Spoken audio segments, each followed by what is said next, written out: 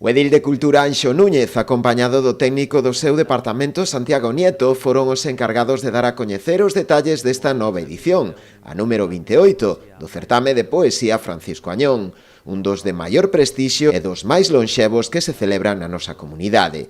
Ademais de promover a figura de Francisco Añón, un dos principais autores do noso rexurdimento, o certame literario busca tamén a promoción dos valores creativo-literarios na nosa lingua. Dentro do Concello creemos que é moi importante fomentar a normalización lingüística do galego, por iso esta é unha das iniciativas que axudan nese camiño, mas sobre todo tamén incentivar e axudar na iniciación da expresión literaria das persoas máis xovens, mas tamén das persoas adultas que aínda non tiveron oportunidade. Nas bases, que xa poden ser consultadas na propia web do Concello, inclúense un total de 12 categorías, a maioría delas para escolares ata 17 anos, incluindo ademais a categoría de adultos. Poderán participar no certame todas as persoas que o desexen. Nas categorías ata os 15 anos, o que entregamos son os premios que son para canxear por troca de libros, e despois a publicación da obra que se fará de todas as categorías nun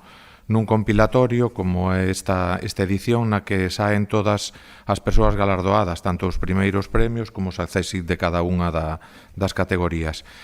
E despois a maiores facemos tamén unha separata cos ganadores maiores de 18 anos que teñen o seu libro individualizado.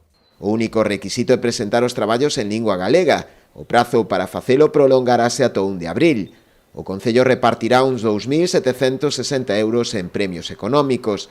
O máis importante, o da categoría de adultos, ascenderá a 1.500 euros. Tamén se prevé a publicación das obras gañadoras en cada un dos apartados.